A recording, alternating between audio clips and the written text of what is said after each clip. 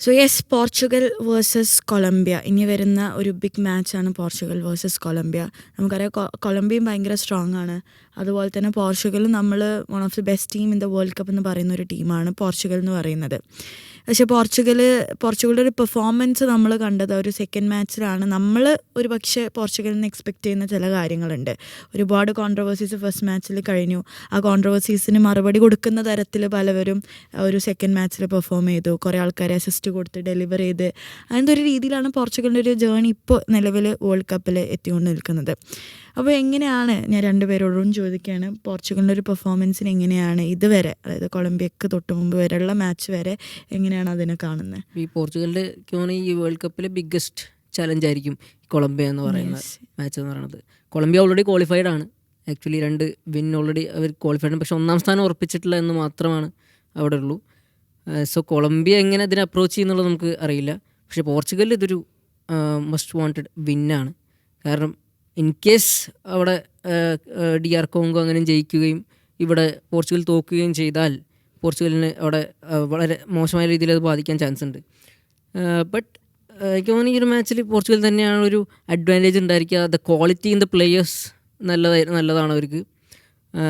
പക്ഷേ ഈ കൊളംബിയ എന്ന് പറയുന്നത് ഭയങ്കര അറ്റാക്കിംഗ് ടീമാണ്. നല്ല അറ്റാക്കിൽ ഗംഭീര ക്വാളിറ്റിയുള്ള ടീമാണ്. നമുക്കറിയാം ലൂയിസ് ഡിയാസ് ഉണ്ട്. അതുപോലെ മുന്നോസിൻ്റെ പെർഫോമൻസ് ഈ ഒരു വേൾഡ് കപ്പിൽ എടുത്തു പറയണം. അദ്ദേഹത്തിൻ്റെ ഒരു കഥയുണ്ട്. അദ്ദേഹം പണ്ട് USA വർക്ക് വിസ അപേക്ഷിച്ചിട്ട് അത് ഡിനൈ ചെയ്തൊരു പേഴ്സണാണ്. അദ്ദേഹം ഇപ്പോൾ വന്നിട്ട് കൊളംബിയയ്ക്ക് വേണ്ടിയിട്ട് അവരുടെ വേൾഡ് കപ്പിൽ 2 വിന്നിലും 2 ഗോളുകൾ, അതും റൈറ്റ് ബാക്കായിട്ട് കളിക്കുന്ന പ്ലെയറാണ്. 2 ഗോളുകൾ അടിക്കുകയാണ്. അതും ബെസ്റ്റ് പെർഫോമൻസ് ആണ് അദ്ദേഹത്തിൻ്റെ കരിയറിൽ എനിക്ക് തോന്നുന്നത്. അതും USA മണ്ണിൽ തന്നെ വെച്ച് അദ്ദേഹം അത് പുറത്തെടുക്കുക എന്ന് പറയുന്നത് വലിയ കാര്യമാണ്. സോ അദ്ദേഹത്തിന് ഒരു റിവെഞ്ച് ആയിരിക്കും അത്. ആൻഡ് കൊളംബിയ എനിക്ക് തോന്നുന്നത് ഈ ഒരു വേൾഡ് കപ്പിൽ നല്ല എക്സൈറ്റിംഗ് ആയിട്ടുള്ള ടീമാണ്. കളി കാണാൻ നല്ല എക്സൈറ്റിംഗ് ഉള്ളൊരു ടീമാണ്. ആൻഡ് ഈ ഒരു മാച്ച് നല്ല എക്സൈറ്റിംഗ് ആയിരിക്കും എന്ന് എനിക്ക് തോന്നുന്നത്. ഇപ്പോൾ ഈ മത്സരത്തിൽ ബേസിക്കലി റൊണാൾഡോയെ സെൻറ്റർ ചെയ്തിട്ടായിരിക്കും മാർട്ടിനസിൻ്റെ പ്ലാനുകൾ വരിക. എന്നിരുന്നാൽ കൂടി ഞാൻ മനസ്സിലാക്കുന്നത് ഈ മത്സരത്തിൽ ഏറ്റവും ബെസ്റ്റായിട്ട് നിൽക്കാൻ ചാൻസ് കൊളംബിയാണ്. കാരണം പോർച്ചുഗൽ വരുന്നത് ഒരു പ്രഷറിലാണ്. പോർച്ചുഗലിന് ഈ ഒരു മത്സരം ജയിക്കൽ നിർണായകമാണ്. കാരണം പോയിന്റ് ടേബിളിൽ 1ാം സ്ഥാനം എന്നുള്ളതിൽ അപ്പുറത്തേക്ക് ഫാൻസിൻ്റെ വിശ്വാസം വീണ്ടെടുക്കുക എന്നുള്ളത് ഭയങ്കര ഇമ്പോർട്ടൻ്റാണ്.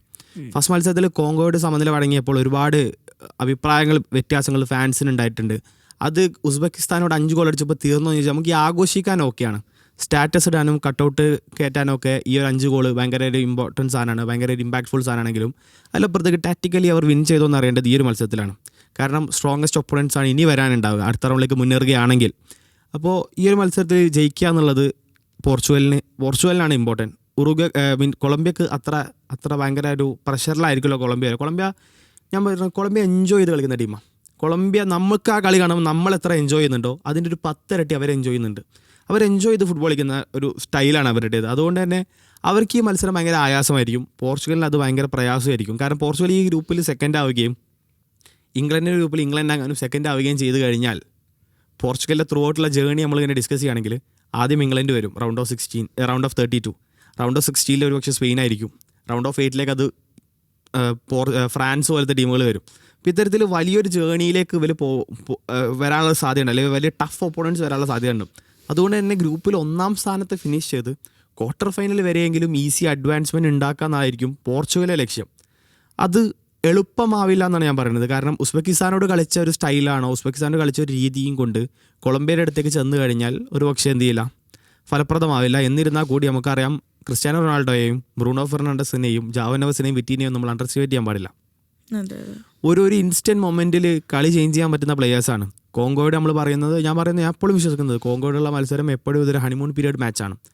ആദ്യ മത്സരം ലോകകപ്പിൽ എല്ലാ ടീമിനും നമ്മളൊരു മുൻകൂർ ജാമ്യം കൊടുക്കണം. കാരണം ഒരിക്കലും പെട്ടെന്ന് സെറ്റാവുന്ന രീതിയല്ല നാഷണൽ ടീമിന്. കാരണം എല്ലാ പ്ലെയേഴ്സും പലരും പല ലീഗ് കളിക്കുന്നവരാണ്.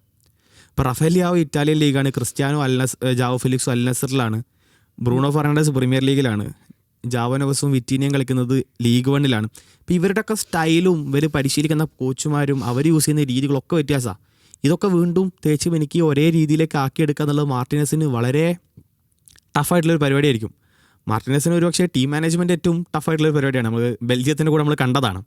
അപ്പോൾ അതുകൊണ്ട് തന്നെ മാർട്ടിനസിന് അതൊരു പണിയായിരുന്നു. ആ പണി കോങ്കോക്ക് മുന്നിലെത്തിയപ്പോൾ അയാൾക്ക് അത് ഫലപ്രദമായിട്ട് യൂട്ടിലൈസ് ചെയ്യാൻ പറ്റില്ല. ഉസ്ബെക്കിസ്ഥാനോട് ഒരു പരിധിവരെ റിക്കവറായി. ഇനി ഏറ്റവും കഠിനമായ ലക്ഷ്യം അല്ലെങ്കിൽ ഏറ്റവും കഠിനമായ ഒപ്പോണൻ്റാണ് വരുന്നത്.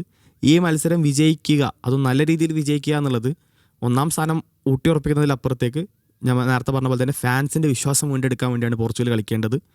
അത് റൊണാൾഡോ മാത്രം വിചാരിച്ചാൽ പോരാ, ബ്രൂണോ മാത്രം വിചാരിച്ചാൽ പോരാ. As A team, as A unit, ഒരു ഫാമിലി എന്ന രീതിയിൽ അവർ വിചാരിക്കണം. അത് നടപ്പിലാക്കാൻ പറ്റുമെന്നാണ് വിശ്വസിക്കുന്നത്. അങ്ങനെ പ്ലെയേഴ്സ് കോൺഫിഡൻസും ഇതുപോലെ ഈ ഒരു ജയത്തോടെ ഈ ഒരു മത്സരം ജയിക്കുകയാണെങ്കിൽ പ്ലെയേഴ്സിൻ്റെ കോൺഫിഡൻസും കൂടും. പിന്നെ എൻ്റെ ഒരു പേഴ്സണൽ ഇൻട്രസ്റ്റ് അല്ലെങ്കിൽ പല ഫുട്ബോൾ ആരാധകരുടെ ഇൻട്രസ്റ്റ് എന്തായിരിക്കും വെച്ച് കഴിഞ്ഞാൽ പോർച്ചുഗൽ ഈ മത്സരം ജയിക്കുന്നതും ആ ബ്രാക്കറ്റിൽ അവർ വന്ന ആ ഒരു അർജൻറ്റീനയുടെ സൈഡിലേക്കാണ് വരുന്നത്. ക്വാർട്ടർ ഫൈനൽസിൽ ഒരു അർജൻറ്റീന വേഴ്സസ് പോർച്ചുഗലിന് ഒരു സാധ്യത വരും ഇന്ന് പോർച്ചുഗൽ ജയിക്കുകയാണെങ്കിൽ. അപ്പോൾ അതിനാണൊരു എന്താ പറയുക, ഒരു ഫുട്ബോൾ ഫാനറ്റിക് എന്ന നിലയിൽ ഞാൻ ആഗ്രഹിക്കുന്നത് മെസ്സി വേഴ്സസ് റൊണാൾഡോ ഒരു ക്രോസ് ഓവർ വരികയാണെങ്കിൽ അത് എന്താ പറയുക ഇങ്ങനത്തെ ഒരു അവസരം ഉണ്ടാവും. നമുക്കറിയാം, ഒരുപാട് കാലങ്ങളായി നമ്മളത് കണ്ടിട്ടെന്നുള്ളതാണ് ആ ഒരു ക്രോസ് ഓവർ. ഇനിയൊരിക്കലും അത് ഉണ്ടാകുമോ എന്നറിയില്ല. അതൊരു നോക്കൗട്ട് മത്സരമാണ്, അതിൻ്റെ ആവേശം കൂടി ഉണ്ടാവും. സോ അതാണ് ഞാൻ ആഗ്രഹിക്കുന്നത്. അതൊരു പക്ഷേ ഒരു ക്വാർട്ടർ ഫൈനൽ അപ്പുറത്തേക്ക് ഒരു ഫൈനൽ പോലെ ആളുകൾ കാണും. ഒരു പക്ഷേ ഏറ്റവും വ്യൂവർഷിപ്പ് ഉണ്ടാകാൻ പോകുന്ന ഈ വേൾഡ് കപ്പിലെ ഒരു മാച്ചിലൊന്നായിരിക്കും. കാരണം നമുക്കറിയാം ഏറ്റവും വലിയ ഫാൻ ബേസ് ഉള്ള രണ്ട് ടീമുകളാണ്. അതിലേതെങ്കിലും ഒരു ടീം പുറത്താവുന്നുള്ള ഉറപ്പുള്ളതുകൊണ്ട് തന്നെ എല്ലാ ആരാധകരും ആ ഒരു മാച്ചിലേക്ക് അത്രയും ക്രൂഷ്യലായിട്ട് നോക്കി കാണും. ആ ഒരു മാച്ചിന് ഞാൻ പറഞ്ഞ പോലെ ക്വാർട്ടർ എന്നപ്പുറത്തേക്ക് അതൊരു ഫൈനലായിട്ടായിരിക്കും ആളുകൾ കാണുക. അതുകൊണ്ട് തന്നെ പോർച്ചുഗൽ ജയിക്കാൻ ഒരുപാട് ആളുകൾ ആഗ്രഹിക്കുന്നുണ്ട്, പൊതുവിലുള്ള ഫുട്ബോൾ ഫാൻസ് ആഗ്രഹിക്കുന്നുണ്ട്. പക്ഷേ ഞാൻ പേഴ്സണലി അഭിപ്രായപ്പെടുന്നത് ഈ ഒരു മത്സരം കൊളംബിയ വിജയിക്കണം. കാരണം കൊളംബിയ ആണ് ഇതുവരെ ആ ഗ്രൂപ്പിൽ ഏറ്റവും നന്നായി ഫുട്ബോൾ കളിക്കുന്നത്. നല്ല ഫുട്ബോൾ കാഴ്ചവെക്കുന്നവർ ജയിക്കുക എന്നുള്ളതാണ്. ഓക്കെ, ഇനി ഞാൻ ഒരു ജസ്റ്റ് ചോദിക്കുകയാണ്. ഇപ്പം നമുക്കറിയാം പോർച്ചുഗലിൽ നടന്ന ഒരുപാട് പ്രശ്നങ്ങൾ, അല്ലെങ്കിൽ സോ കോൾഡ് മീഡിയ പുറത്തൊക്കെ പ്രൊജക്റ്റ് ചെയ്യുന്ന പ്രശ്നങ്ങൾ. അപ്പോൾ ഈ ഒരു മാച്ചിലും ആ ഒരു കോർഡിനേഷൻ ഇഷ്യൂസ് വരാൻ ചാൻസ് ഉണ്ടോ? പ്ലേയേഴ്സ് തമ്മിലുള്ള ആ പ്രശ്നങ്ങൾ ഫീൽഡിൽ അത് റിഫ്ലക്റ്റ് ചെയ്യാൻ ചാൻസ് ഉണ്ടോ? ബേസിക്കലി ഓൺ ഫീൽഡ് അത്തരം പ്രശ്നങ്ങൾ ഉണ്ടാവാനുള്ള സാധ്യത കുറവാണ്. ഈ താരങ്ങളും പരിശീലകരും തമ്മിലുള്ള പ്രശ്നങ്ങൾ ഉണ്ടാവും. പക്ഷേ ഈ താരങ്ങളും തമ്മിലുള്ള പ്രശ്നങ്ങൾ ഫീൽഡിൽ ഉണ്ടാവില്ല. കാരണം അവരെ യുണൈറ്റ് ചെയ്യുന്ന വികാരം നാഷണാലിറ്റിയാണ്.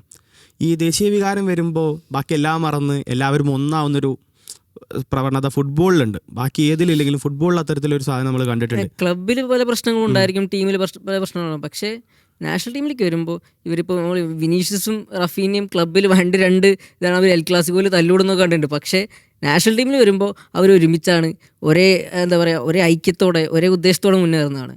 ഇപ്പോൾ ഇതേപോലെ തന്നെ നാഷണൽ ടീമിലേക്ക് വരുമ്പോൾ നമ്മൾ പഴയ എൽ ക്ലാസിക്കോകളിൽ നമ്മൾ തമ്മിലടിക്കുന്ന പ്ലേയേഴ്സ് ആരൊക്കെ? ഒരു സൈഡിൽ ജെറാഡ് പിക്കയും പുയോളും ഉണ്ടാവും, മറുപുറത്ത് സെർജിയോ റാമോസും ആളുകളുണ്ട്. അപ്പോൾ ഇവർ തമ്മിലടിക്കുന്നതൊക്കെ ക്ലബ്ബിൽ നമ്മൾ പലപ്പോഴും കാണും. അത് ആ ക്ലബ്ബ് എന്ന വികാരം ഉള്ളിലുണ്ടാകും. ആ വികാരമുള്ളിൽ ഇപ്പോൾ തമ്മിലടിക്കുന്നവർ നാഷണാലിറ്റി എന്ന് വരുമ്പം എത്രത്തോളം ഒന്നിച്ചൊക്കെ നമ്മൾ ചിന്തിച്ചാൽ മതി. അതുകൊണ്ട് പ്ലെയേഴ്സ് ഓൺ ഫീൽഡിൽ ഉണ്ടാകുന്നത് പലപ്പോഴും മീഡിയ നാരേറ്റീവാണ്.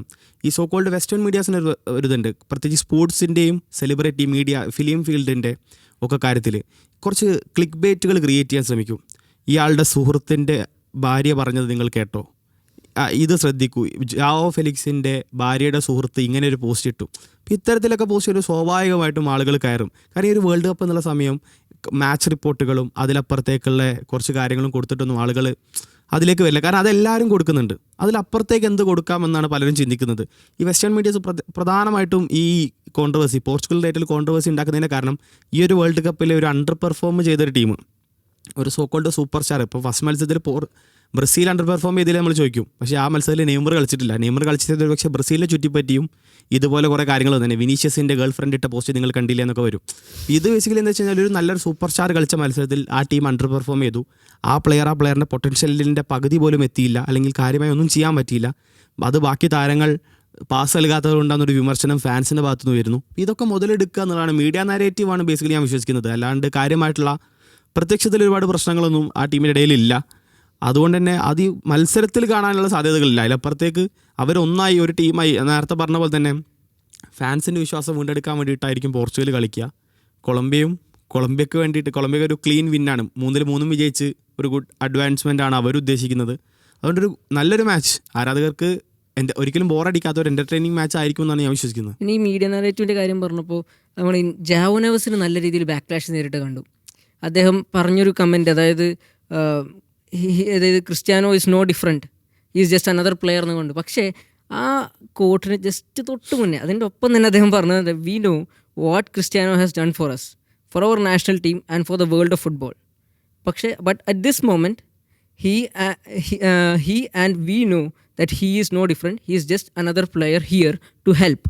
അതായത് നാഷണൽ ടീമിനെ സഹായിക്കാൻ ഒരു പ്ലെയറാണ്. അതായത് നാഷണൽ ടീമിൽ ഇവരെല്ലാം ഈക്വലാണ്, ഒരേ ഉദ്ദേശത്തോടെ മുന്നേറുന്നു എന്ന് പറയുന്നത്. പക്ഷെ അവസാനത്തെ ഭാഗം മാത്രം എടുത്തുകൊണ്ട് അതിനെ മറ്റു രീതിയിൽ ചിത്രീകരിക്കുന്ന സംഭവമൊക്കെ ഉണ്ടായത്. അതിൻ്റെ ഇടയിൽ നടുവിലൊരു വരിയാണ് പല മീഡിയാസും പല സോഷ്യൽ മീഡിയ കേട്ടോ, മീഡിയകളല്ല സോഷ്യൽ മീഡിയകൾ പലതും ഇതിലെ നടുവിലൊരു വരി പിൻവലിച്ചിട്ടുണ്ട്. അതായത് ഫുട്ബോൾ ലോകത്തിന് അയാൾ ചെയ്തത് എന്താണെന്ന് നമുക്ക് അറിയാമെന്നുള്ളത് വലിച്ചു. എന്നിട്ട് അവർ ചെയ്തതെന്ന് വെച്ചാൽ റൊണാൾഡോ ഈ പോർച്ചുഗൽ ടീമിന് എന്താണ് ചെയ്തതെന്ന് നമുക്കറിയാം, അദ്ദേഹം വെറും ഒരു പ്ലെയറാണ് ഞങ്ങളൊക്കെ പോലെ തന്നെ, ജാവോ നെവസ് പറഞ്ഞു.